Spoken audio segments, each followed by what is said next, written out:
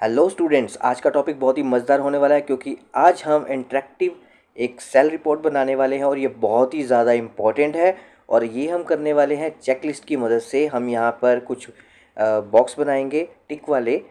तो उसकी मदद से हम ये सब करने वाले हैं और बहुत ही मज़ा आने वाला है। तो सबसे पहले हम डेवलपर पे जाएंगे और डेवलपर के अंदर जाके आपको ऑप्शन मिलता है इंसर्ट का। और जब आप वहाँ पे क्लिक करेंगे तो आप देखेंगे वहाँ पर आपको दो ऑप्शंस मिलती है, फॉर्म कंट्रोलर और एक्टिव एक्स कंट्रोलर। तो ध्यान रखिएगा, आपने जाना है फॉर्म कंट्रोलर पर और यहाँ पर आपको एक चेक बॉक्स वाला ऑप्शन मिलता है, आपको इसे चूज़ कर लेना है। और ये जो आपका B3 वाला सेल है इसके अंदर आपने इसको इंसर्ट करवा लेना है। साइज़ आप अपने अकॉर्डिंग रखिएगा, जैसा भी आप डाटा बना रहे हैं, जितना भी आपने सेल का साइज़ पहले से मेंटेन किया है उसके अकॉर्डिंग आप चेक बॉक्स का साइज़ रख लीजिएगा।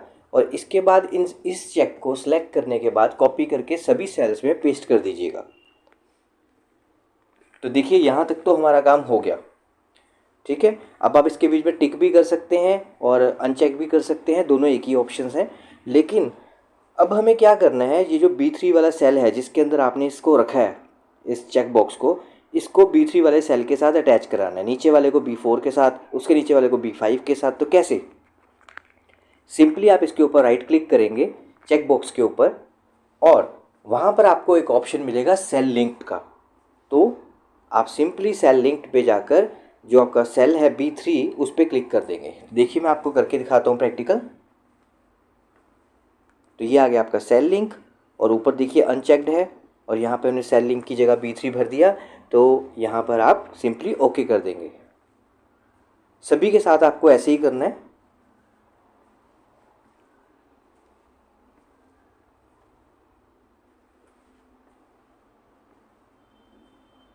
लीजिए सभी सेल ऐसे हो चुके हैं। अब इसमें होगा क्या, जब हम सेल के बीच में क्लिक करेंगे तो देखिए ट्रू लिखा आ रहा है। जो सेल अनचेक्ड होंगे वहाँ पे फॉल्स लिखा आएगा, लेकिन हमें ये ट्रू फॉल्स से कुछ लेना देना नहीं है।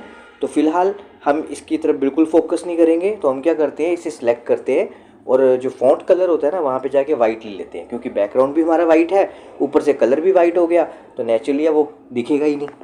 जो भी वर्ड है यहाँ पर वो आपको शो नहीं होंगे। तो चलिए ये भी हो गया हमारा। अब अगले स्टेप की तरफ बढ़ते हैं। आपको अपना डाटा सेलेक्ट करना है, कंडीशनल फॉर्मेटिंग में न्यू रूल पे जाना है और वहाँ पे ऑप्शन मिलेगा यूज़ ऑफ फार्मूला। वहाँ पर आपको सबसे पहले यही वाला सेल जिसके अंदर आपने चेक बॉक्स रखा है उस पर क्लिक करेंगे, सेम वही B3 वाला, और उसका डॉलर साइन का निशान हटा देंगे जो 3 के आगे का है। सिंपली फॉर्मेट पे जाएंगे, यहाँ पे आप कलर कोई अच्छा सा चूज़ कर लेंगे, लाइट सा कलर, देन ओके। अब देखिए आप जैसे ही चेक बॉक्स के अंदर क्लिक करेंगे इसका कलर भी चेंज हो जाएगा।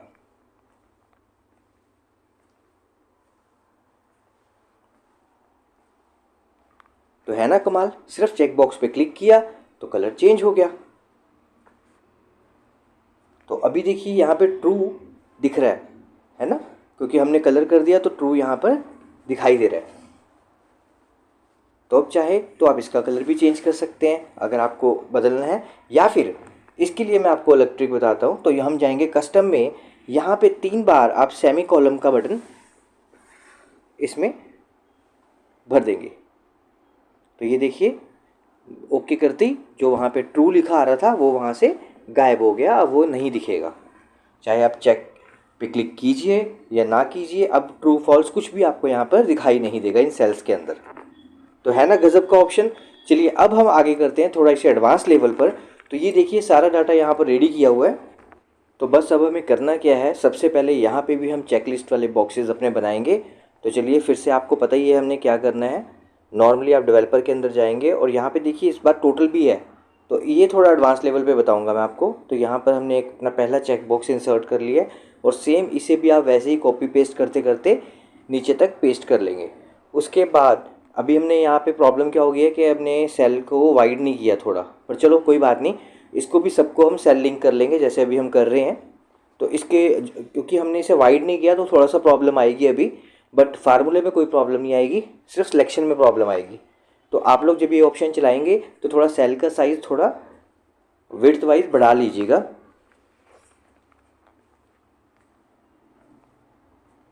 तो चलिए फटाफट से मैं सारे सिलेक्ट कर लेता हूँ यहाँ पर।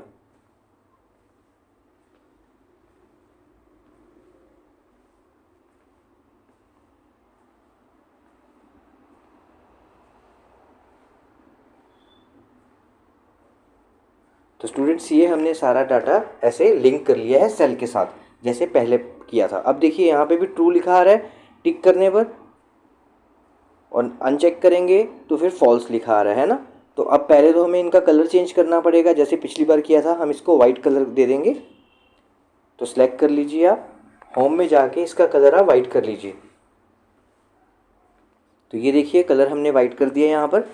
अब अपना सारा डाटा सिलेक्ट करेंगे और कंडीशनल फॉर्मेटिंग में गए थे, याद होगा आपको पिछली बार।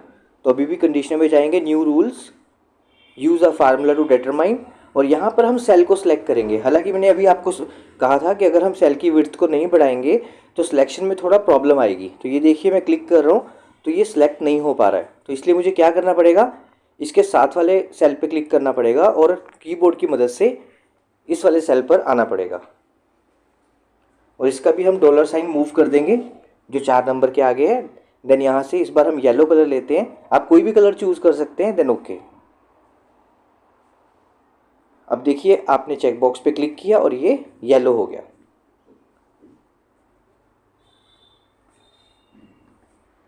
तो इस तरह आप सभी पे ये ऑप्शन चला सकते हैं।